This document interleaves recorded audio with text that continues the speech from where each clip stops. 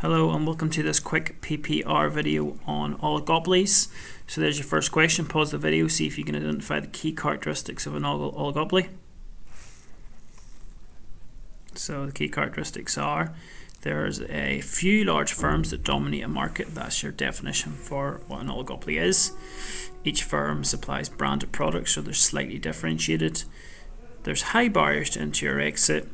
They have interdependence, which means the actions of one has an impact and will influence the actions of other. They make supernormal profits in the long run, and they have got a high degree of non-price competition. So that's where sticky prices or rigid prices comes from. So see if you can draw the diagram now to show interdependence. That idea that the action of one will have an direct and influence the decision of other firms within the industry. So hopefully you've all drawn a kinked demand curve. So the key here is if a firm decides to put their price up from P1 to P2, there is going to be an elastic response in their demand, because other firms will keep price constant. They will not react, and therefore the firm that does increase the price will lose out substantially on revenue. However, if they put the price down, the firms will follow suit. This is when the interdependence is sort of a bit more explicit. They will follow suit, and a price war may materialize, and you can see the revenue will actually fall whenever that is the case.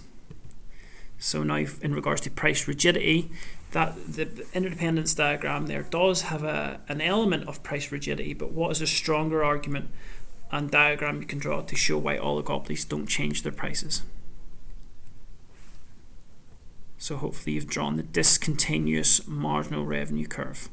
Okay, so the MR discontinues at the quantity level of the firm, and the gap that's created, you can draw two marginal costs in it, and what that represents is that if the firm does not change their price and costs rise from MC to MC2, they will still be profit maximizing, because of all them cost scenarios, MR equals MC. So there's no strong reason for a firm to change its price based on the discontinuous marginal revenue curve.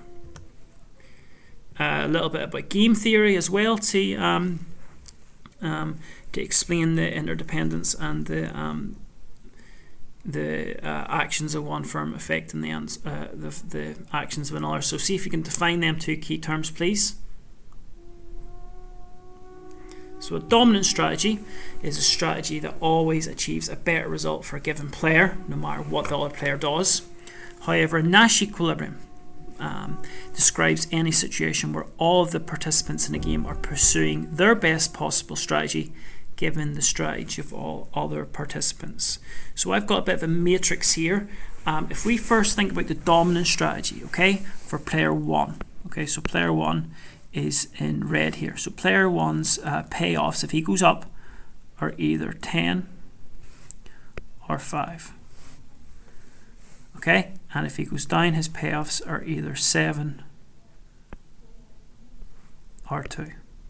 Okay, so if we look at is there a stronger way he should go? Well, 10 and 5 are both higher and a bigger payoff than 7 and 2. So his dominant strategy would be to go up. Now if we look then at player 2, player 2's up at this side, he can go left or right. If he goes left, he has got the option or the payoffs of 2 and 7, or if he goes right, he's got the payoffs of 7 and 10.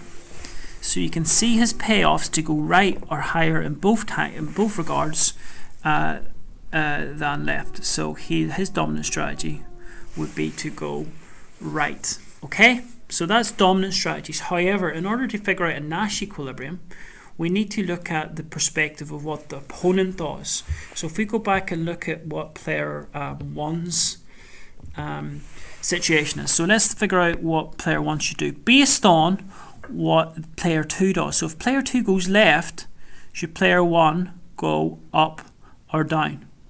Well, he should go up. Okay? Because the payoff is if player 1 goes up, if player 2 goes left, should player 1 go up or down? 10 or 7, and he should go up, which is 10. And if player 2 goes right, what should they do? His payoff, if he goes up, is 5. If he goes down, is 10. Well, he should go up. Okay, and now if we flip it around and see what player 2 should do based on the actions of player 1. If player 1 goes up, should player 2 go left and get 2, or right and get 7? Should go right and get 7. And if player 1 goes down, should player 2 go left and get 7, or go down or right, sorry, and get 10? Well, he should go there. Okay. Now the way you work this out is it's basically the equilibrium is where both.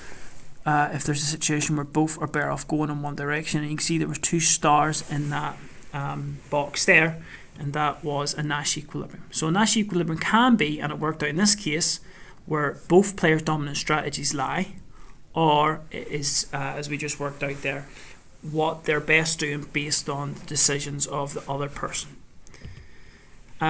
See if you can have a go now at identifying advantages of oligopolies, please. So the key advantages of an oligopoly you should be aware of are that they can be dynamically efficient in regards to reinvesting their supernormal profits and improving the quality and innovating the product so consumers gain, or they may also experience economies of scale as they grow in size, which means they may be more efficient and can pass them efficiency gains on to consumers in the form of lower prices. And then finally, see if you can think of any disadvantages of oligopolistic markets. So oligopolistic markets have got higher concentration, so they've got fewer firms in it, and that reduces the choice for consumers. There's also a lack of competition, which can lead to higher prices and reduces their output, so they're allocatively inefficient, and them higher prices can be regressive.